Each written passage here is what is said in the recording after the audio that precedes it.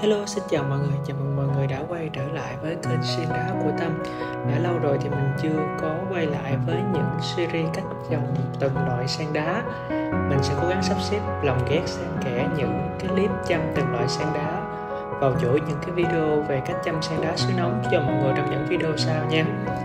Đến với nhân vật chính của video ngày hôm nay sẽ là một loại sen đá từng làm mưa làm gió ở Senbit trong giai đoạn đầu tiên ra mắt ở Việt Nam. Có thể bạn chưa biết thì mình là người đã vô tình nhìn thấy ảnh của em ấy ở trên một cái trang web nước ngoài, sau đó mượn ảnh về post lên lại trên các cái hội nhóm và được rất là nhiều bạn yêu thích. Và các cái seller thì cũng bắt đầu tìm nhập hàng về để bán. Tuy nhiên lúc đó thì giá của em ấy chưa hề phổ biến và giá cũng rất cao. Từ đó cũng xuất hiện cái sự kiện mà cây sen đá trị giá 500k một lá đó. Đó chính là em sen đá Christie by Beauty mà mọi người thường hay gọi là sen đá Beauty. Đầu tiên về phần giá thể, Beauty có lớp cánh lá mỏng hơn so với những cái loại sen đá cánh dày khác. Do đó bạn sẽ thấy là chúng mau cầm nước hơn là những cái loại sen đá khác. Vì vậy chúng ta có thể trộn cái giá thể với tỷ lệ giữ ẩm chiếm khoảng 60% thì sẽ đỡ hơn cho các bạn trong cái việc tưới cây.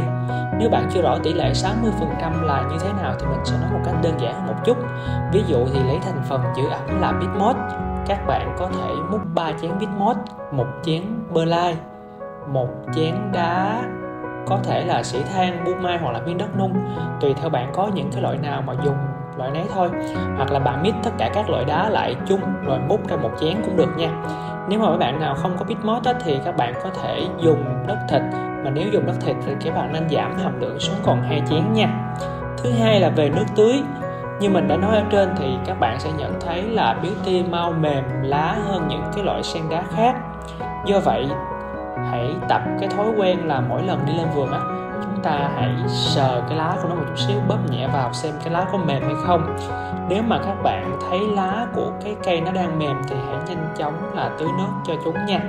Thì mình vẫn ưu tiên là tưới theo cái kiểu thẩm thấu ngược hơn. Nguyên nhân như thế nào thì lát nữa mình sẽ nói với mọi người nhé. Về thứ ba, đó là về lượng nắng và gió. Các bạn có thể để Beauty ở vị trí có nắng từ 4 đến 6 tiếng một ngày. Nhớ là số tiếng nắng này phải là số giờ nắng chiếu trực tiếp vào cây, chứ không phải là số giờ nắng chiếu vào vườn nha. Beauty có một cái lớp phấn cho nên cái khả năng chống cháy của nó tương đối tốt. Tuy nhiên đối với sen đá thì mình vẫn ưu tiên chọn cái nắng gián tiếp hơn. Có thể là để bên dưới mái tôn sáng hoặc là lưới lan thì khá là ok.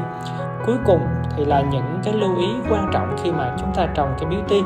Thì Beauty là một loại sen đá đẹp, ít bị nấm bệnh. Đây cũng là một trong những cái lợi thế của nó. Tuy nhiên có hai điều mà các bạn cần phải lưu ý khi trồng sen đá Beauty. Thứ nhất, đó là Beauty khá lâu ra rễ ở xứ nóng. Nên nếu bạn mua cây về vào mùa hè với tình trạng cây đã được nhà vườn xả rễ rồi thì chúng ta nên để nó ra rễ mới thật nhiều rồi sau đó hẳn trồng lại nha. Cái thứ hai đó chính là lá của Beauty khá là khít nhau và nước sẽ không thể thoát xuống hết bên dưới được. Nên nếu không thể tưới dạng thẩm thấu ngược, hãy dùng cái dụng cụ để thổi hết nước ở trên lá đi. Vì nếu bạn để nắng lên mà còn nước thì cái phần lá ngọn sẽ dễ bị nấu chín. Hoặc là nếu có vết thương thì cây sẽ dễ bị nấm xâm nhập làm cho thối thân nha. Đó là một vài những cái lưu ý khi mà trồng và chăm sóc sen đá Beauty. Thì chủ yếu là cái phần cây ra rễ thôi, mọi người hãy nên nhìn nè. Chúng ta cứ để như thế này đến khi nào mà các bạn thấy cây nó bắt đầu nó ra rễ con thật nhiều thì chúng ta mới trồng lại nha. Chứ mọi người trồng vô mà không có rễ thì mọi người cứ tưới vào như vậy nó rất là dễ bị úng cây hoặc là bị nấm ha. Lá nó cứ nhăn nhăn mà nó sẽ không có căng trở lại đâu. Đây cũng là một trong những cái điểm chính khiến Beauty trở nên khó trồng Rồi, đó là một vài những cái lưu ý khi mà chăm sóc sen đá Beauty. Nếu bạn muốn tìm hiểu về cách trồng những loại sen đá khác, hãy để lại những cái comment ở bên dưới nha. Những comment được yêu thích nhiều nhất thì sẽ được ưu tiên xuất hiện trong những clip sau đó.